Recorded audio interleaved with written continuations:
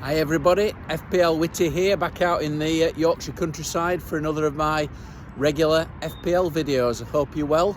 I'm recording this on Tuesday morning on the back of game week 35.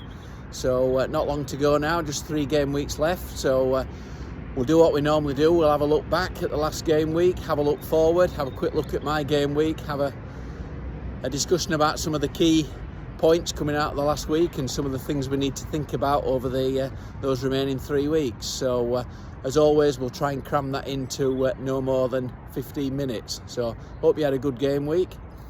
I wasn't able to do a game week video between 34 and 35, so it was one of those where it was a Thursday finish, I think, and a Saturday start, so there was only one day and I did run out of time, and of course it was pouring with rain in the one day that I did have. So it's good to know that a few people did contact me to say where's the video, so it does show that there's a few people at least watching the videos, which is good.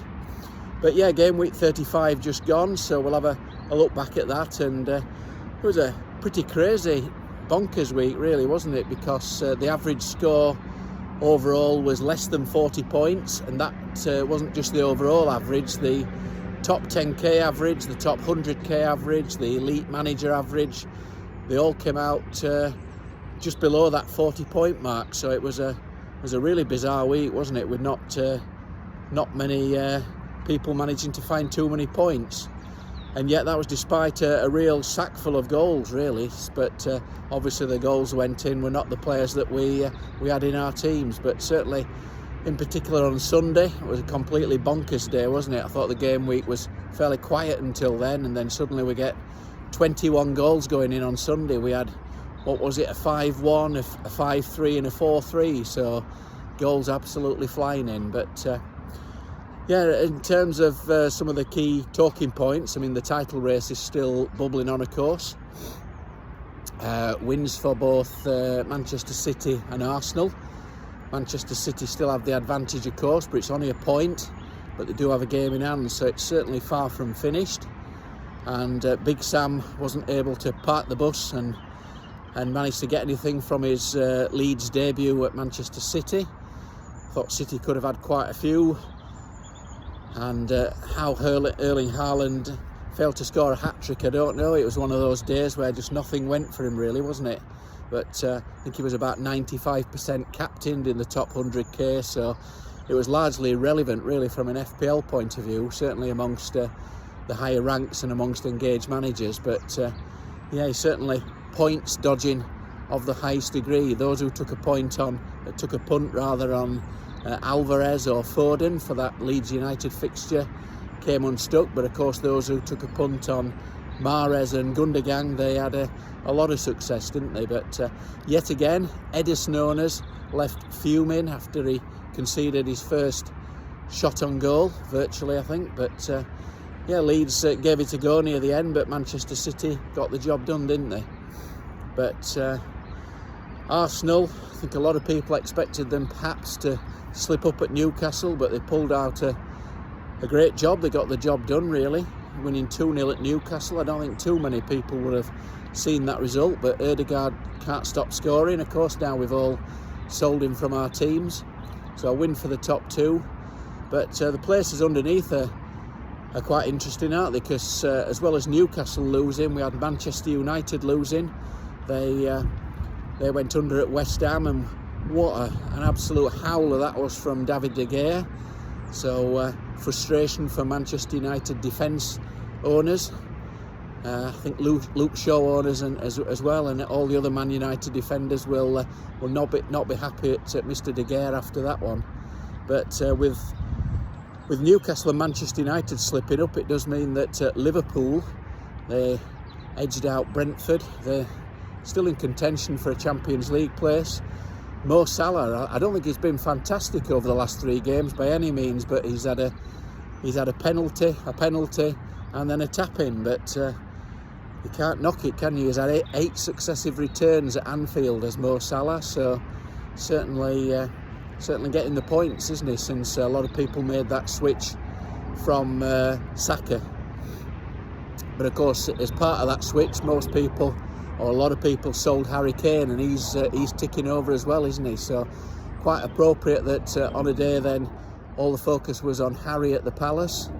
With a coronation weekend, it was Harry Kane beating Palace, Harry Kane scoring against the Palace. So he's just relentless, isn't he, Harry Kane? So he's a real differential if you have got him in your teams, of course. But I think the shock result of the week was that Brighton result, wasn't it? Nobody could have seen that one coming for sure. That was Brighton absolutely destroyed by Everton. So have Brighton just reached that point now where their season's starting to unravel? They've certainly looked quite tired over recent games. They've been playing a lot of games. They had the cup semi-final, didn't they? But yeah, it's all going wrong for Brighton. And of course, Solly March limped off. Looks like a hamstring injury, so that could force a change for a lot of us this week. That was frustrating. And of the 3 M's, it was McAllister who managed to get the consolation goal.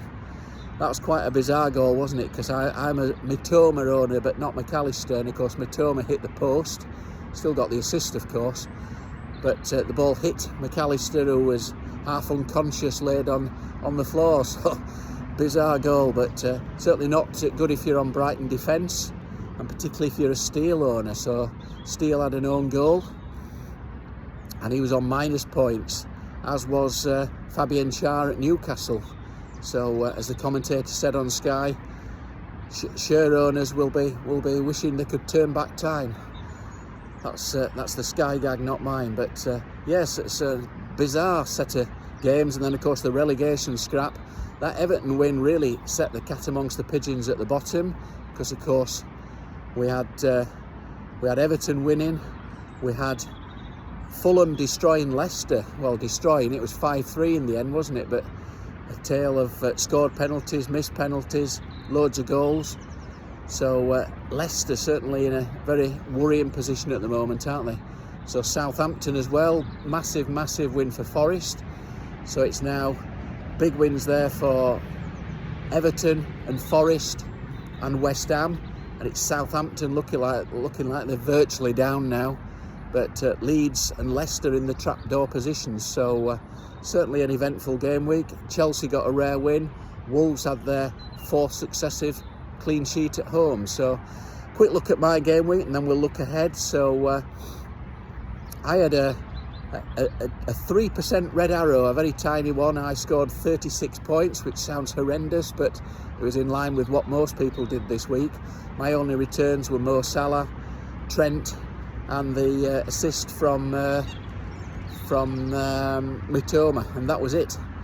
So I had a load of 50-50 calls going into the week. So I had a Kepa or Raya, that didn't matter in the end. I had Trippier or Luke Shaw, that didn't matter in the end. So all the 50-50s that I agonised over, including like Watkins or Isak or Grealish, they all didn't matter in the end. But in the end, for the 2nd successive week, I had a green arrow virtually at the end of the game week, and for the 2nd successive week, McAllister turned my green arrow red.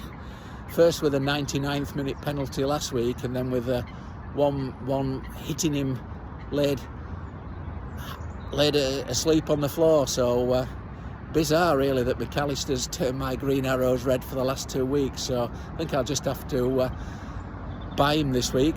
You know what they say, if you can't beat them, join them. So on to game week 36. So we've only got 3 game weeks left now, and of course 36 is a double game week for just Brighton and Newcastle, and then game week 37 is a double game week for 4 teams: Manchester United, Manchester City, Brighton and Chelsea. So of course Brighton doubling both of them.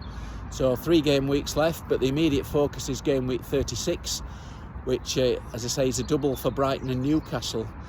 And it's set us a few poses now, hasn't it? Because Brighton look shot, and they've got a double game week, and it's a tough game week as well, because they've got to go to Arsenal and Newcastle. So certainly if you've got those Brighton defenders, that's not looking good about playing them this week. And at Newcastle, they've had 1 clean sheet in about 16 games now. So if you're doing what what I think is the done thing really in playing your double game week players, and you're playing your Brighton and Newcastle defenders, it probably means that you have to bench the likes of Manchester City defenders, Trent Alexander-Arnold and Luke Shaw. So some real head scratchers now as to what to do.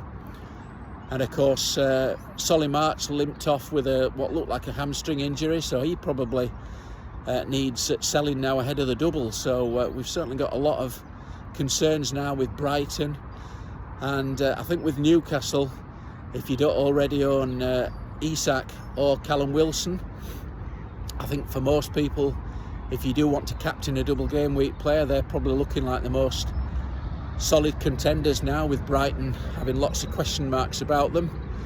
No doubt Erling Haaland against Everton and Mo Salah against Leicester will be fantastic captain opportunities and will probably top score for the game week, so the choice is yours.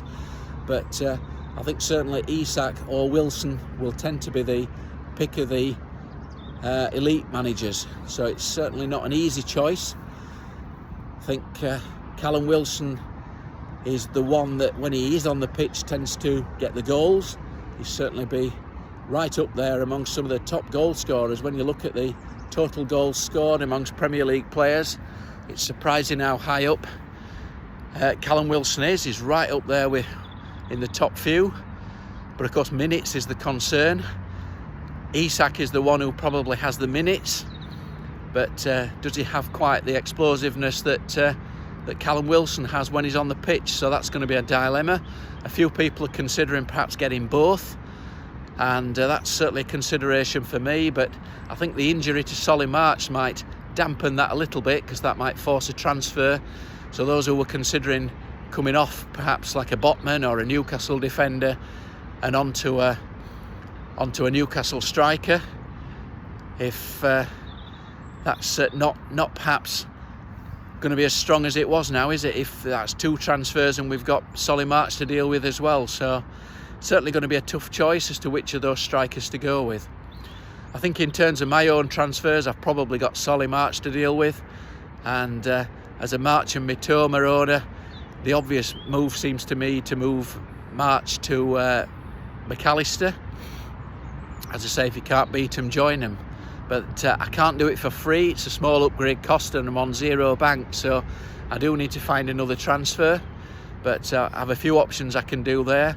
Probably need to perhaps take Ollie Watkins down to a cheap player. A lot of people will be taking Watkins out to get March and to get one of the Newcastle guys. I already own Isak, so I could just stick with Isak.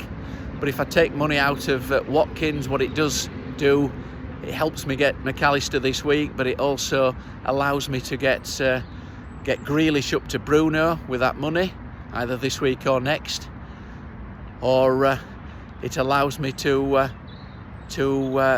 move a few things around in other positions as well. So lots and lots to consider this week. But one good thing is that we've got a bit of time till Saturday, so we've got the rare luxury of considering what to do with our transfers this week. So as I say, I was looking at one option to take Botman out to a cheaper defender and bring Wilson in to pair him with Isak. So I can still do that, but that will be a -4 now if I'm doing the March to Mitoma to McAllister move. So I have a couple of options there to consider, but certainly the benching dilemmas will be there for a few, won't they, as well? What to do with those Brighton and Newcastle defenders when you've got some very good players sitting on your bench. So lots and lots to consider. If you want to consider follow my team more closely, you can follow me on Twitter at FPL Witty. I also write weekly articles for Fantasy Football Geek website, so there'll be one out over the next few days as always, and I will be recording these videos after each game week. So I wish you good luck with game week 36 and deciding what to do with your Brighton and Newcastle players. That's going to be, I think, the priority really this week. So hope your game week goes well. I've actually had 2 small red arrows move me down this week from 127k to 131k, so I'll see if I can push on and get to that top 100k. So hope you have a good week. So as they say in Barnsley, I'll see thee.